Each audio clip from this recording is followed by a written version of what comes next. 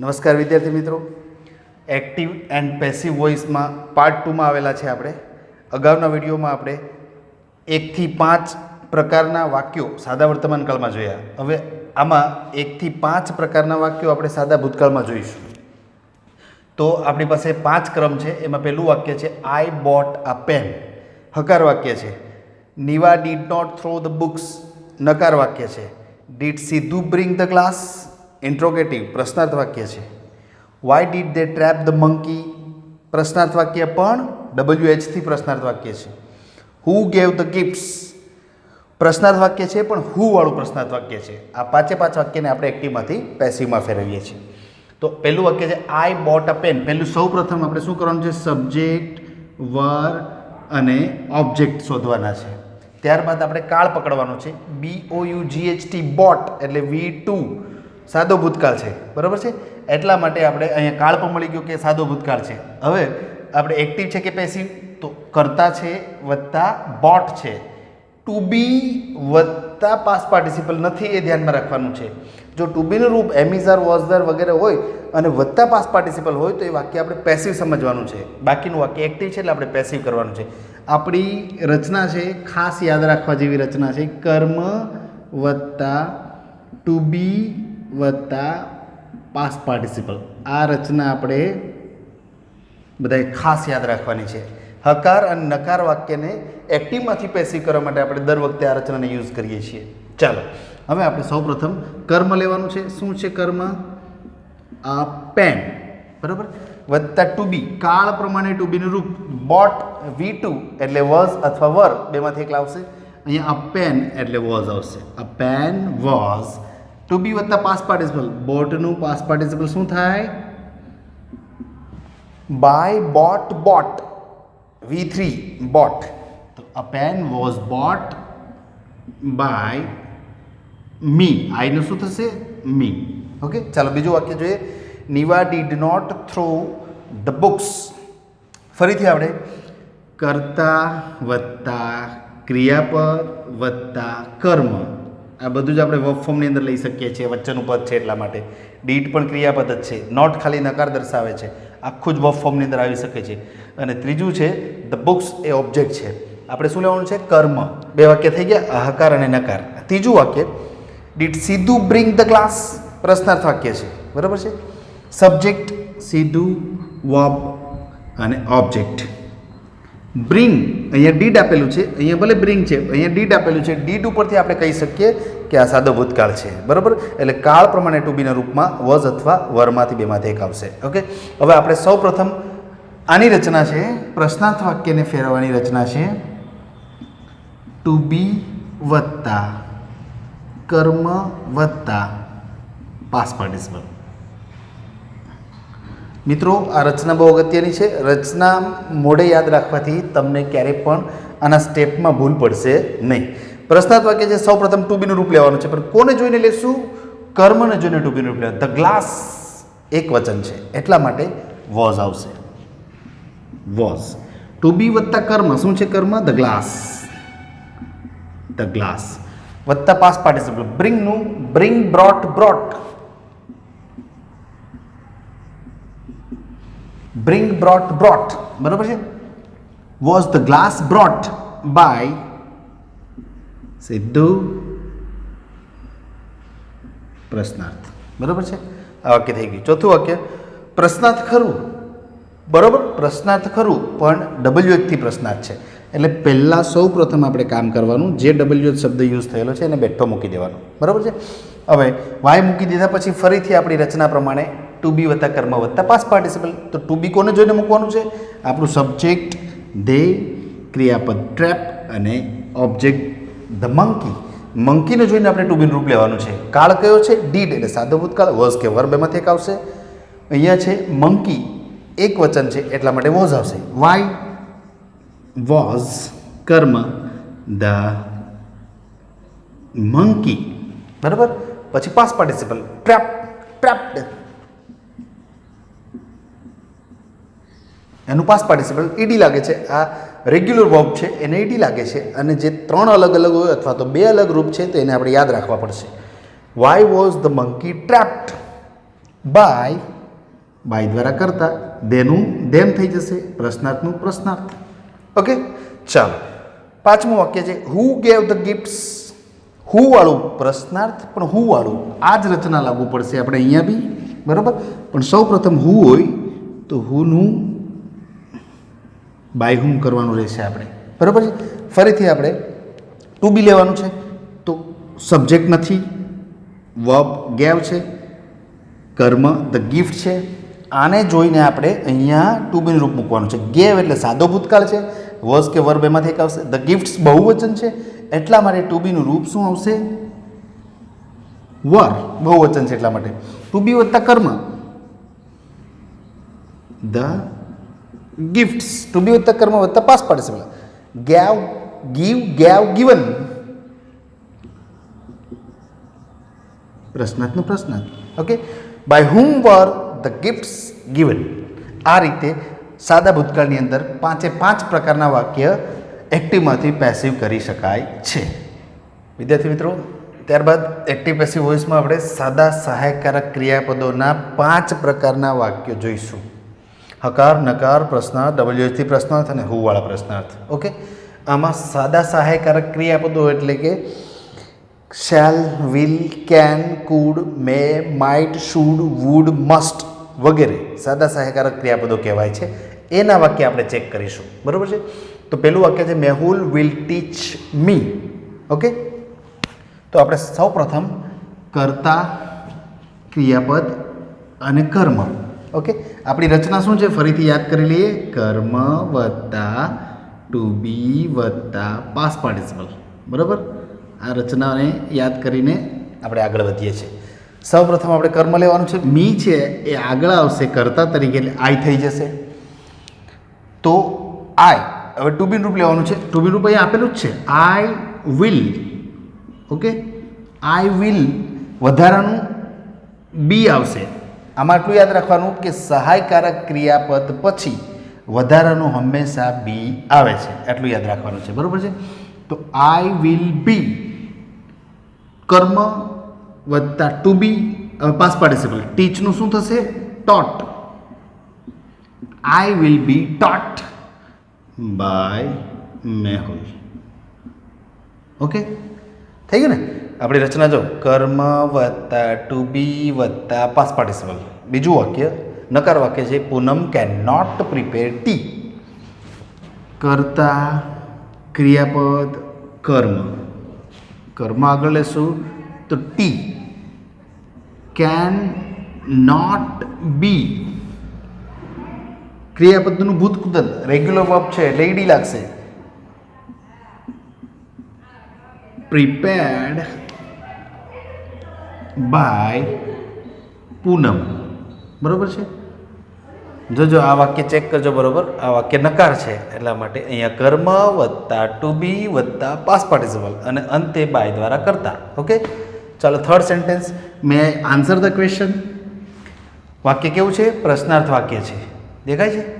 Okay, ચાલો તો ફરીથી આપણે પ્રશ્નાર્થ વાક્યની રચના લખવી પડશે અને યાદ કરી લઈએ. ટુ બી વત્તા કર્મ વત્તા પાસ્ટ પાર્ટિસિપલ. આ રચનાને યાદ કરવી પડે આપણે. સૌ પ્રથમ આપણે ટુ બી લેવાનું છે. તો ટુ બી આની અંદર આપેલું છે મેં, બરાબર છે. મેં આપેલું જ છે એટલે મેં મૂકી જ દેવાનું. ત્યારબાદ આપણે કર્મ લેવાનું છે. શું છે કર્મ? કર્તા, ક્રિયાપદ અને કર્મ.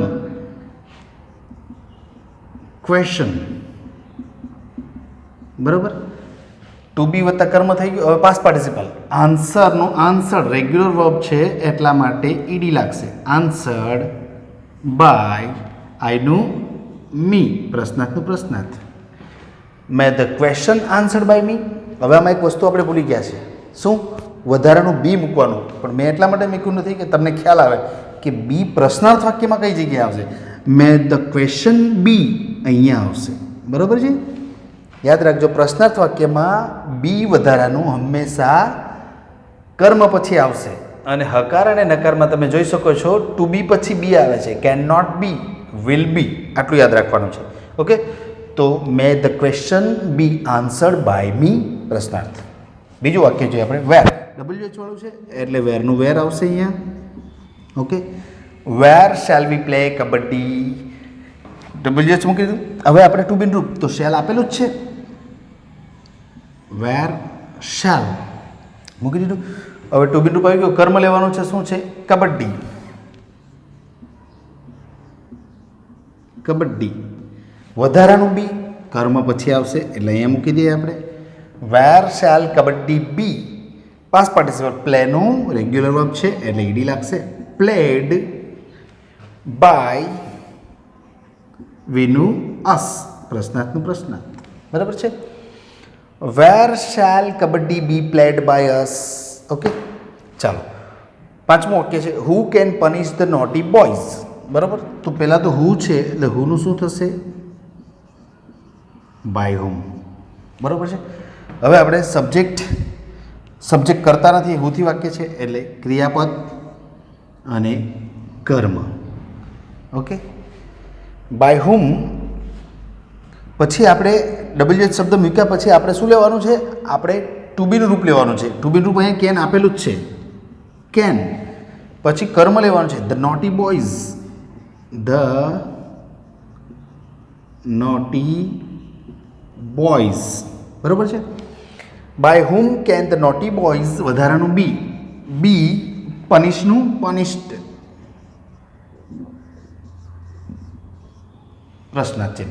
ઓકે, તો આવી રીતે સહાયકારક ક્રિયાપદની અંદર પણ આપણે 5 વાક્યનું 2 રચના દ્વારા રૂપાંતર કરી શકીએ છીએ. રચના એટલા માટે કે સ્ટ્રક્ચરથી તમારા સ્ટેપમાં કોઈ ભૂલ થશે નહીં.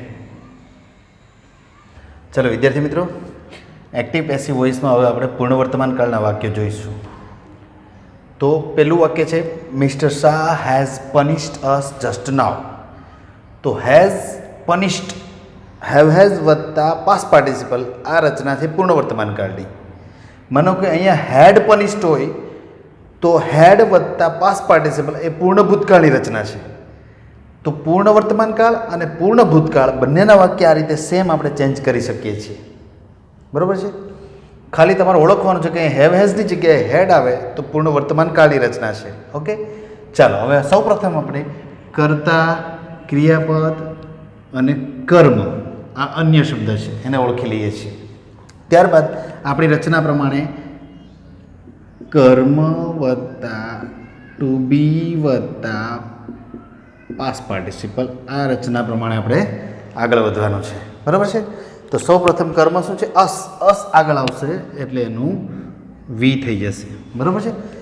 કર્મ વત્તા ટુ બી અંદર આપેલું જ છે હેઝ. બરાબર, અહીં વી હેઝ, તો વીની સાથે શું આવશે? હેઝનું હેવ થઈ જશે. ખાલી આટલું જ જોવાનું છે. એક વચન અને બહુવચન ચેક કરવાનું, હેઝ આવશે કે હેવ આવશે, આટલું જ ચેન્જ કરવાનું. બરાબર. ટુ બી વત્તા કર્મ વત્તા ટુ બી વત્તા પાસ્ટ પાર્ટિસિપલ. તો પનિશ્ડ, આમાં પાસ્ટ પાર્ટિસિપલ શોધવાનો સવાલ જ નથી રહેતો. પૂર્ણ વર્તમાન કાળ હોય કે પૂર્ણ ભૂતકાળ હોય, પાસ્ટ પાર્ટિસિપલ તમને તૈયાર જ મળશે. તો punished.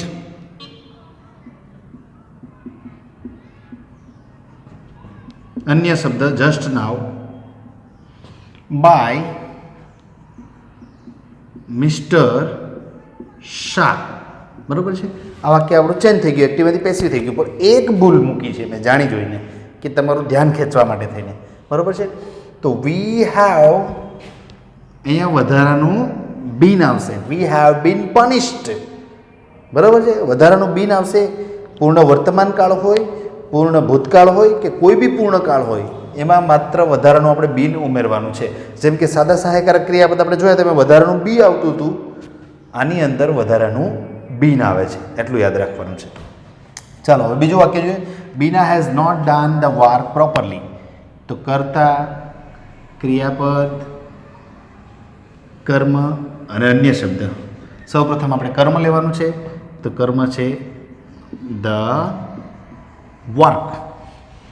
The work has not, વધારાનું બીન, પાસ્ટ પાર્ટિસિપલ લેવાનું છે. ડન તૈયાર જ છે, ડન બાય બીના. ઓકે, આપણી રચના પ્રમાણે ગોઠવાઈ ગયું. કર્મ વત્તા ટુ બી વત્તા પાસ્ટ પાર્ટિસિપલ થઈ ગયું. કર્મ વત્તા ટુ બી વત્તા પાસ્ટ પાર્ટિસિપલ બાય દ્વારા કરતા. ઓકે, ત્રીજું વાક્ય, has Tom received many gifts. તો હવે આપણે શું મૂકવાનું છે? ટુ બીનું રૂપ લેવાનું છે. પહેલાં આપણી રચના ફરીથી યાદ કરી લઈએ. અહીંથી પ્રશ્નાર્થ વાક્ય આવી ગયા છે. ટુ બી વત્તા કર્મ વત્તા પાસ્ટ પાર્ટિસિપલ. બરાબર છે. આ પ્રમાણે સૌ પ્રથમ આપણે ટુ બી લેવાનું છે. ટુ બી આપેલું જ છે, અહીંયા હેઝ મૂકી દો. ટુ બી વત્તા કર્મ. હવે આપણે કર્મ લેવાનું છે. શું છે? કર્તા, ક્રિયાપદ અને કર્મ. Many gifts. તો મેની ગિફ્ટ્સ. ઓકે, અહીંયા શું ભૂલ છે આપણી? કારણ કે આપણે અહીંયા હેઝ નહીં આવે. શા માટે હેઝ નહીં આવે? કારણ કે અહીંયા મેની ગિફ્ટ્સ બહુવચનમાં છે, એટલા માટે હેવ આવશે.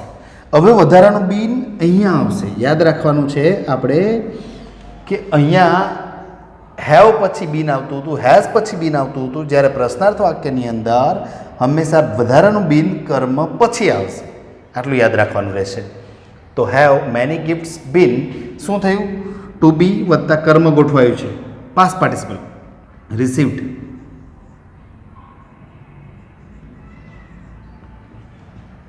By Tom. પ્રશ્નાર્થનું પ્રશ્નાર્થ. Okay, have many gifts been received by Tom. ચાલો, ચોથું વાક્ય WH થી પ્રશ્નાર્થ છે, એટલે WH આપણે તરત જ મૂકી દેવાનું. વેન.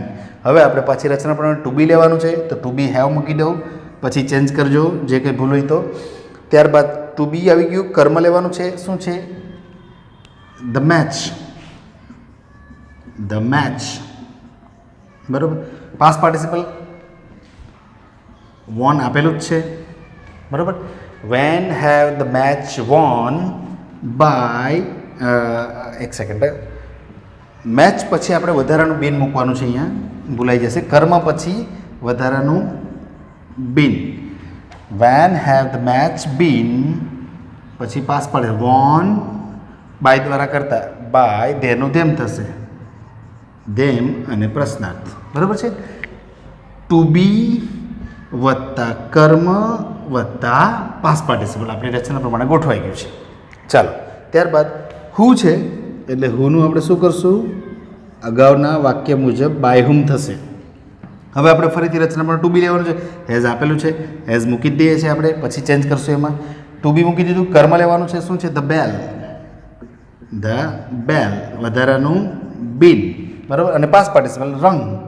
રંગ આપેલું જ છે. કરતા તો કોઈ છે જ નહીં, એટલે બાય દ્વારા કરતા મૂકવાનો સવાલ નહીં આવે. પ્રશ્નાર્થનું પ્રશ્નાર્થ. By whom has the bell been rung. આ એનું પેસિવ થઈ ગયું. ઓકે, ચેક કરો તો ટુ બી વત્તા કર્મ વત્તા પાસ્ટ પાર્ટિસિપલ. ઓકે, તો આ રીતે પાર્ટ 2 ની અંદર આપણે જોયું છે એક્ટિવ પેસિવમાં સાદો ભૂતકાળ, સાદા સહાયકારક ક્રિયાપદ અને પૂર્ણ વર્તમાન કાળના વાક્યો. 5 પ્રકારના વાક્યો આપણે જોયા છે. બાકીનું પાર્ટ 3 માં જોઈશું આપણે.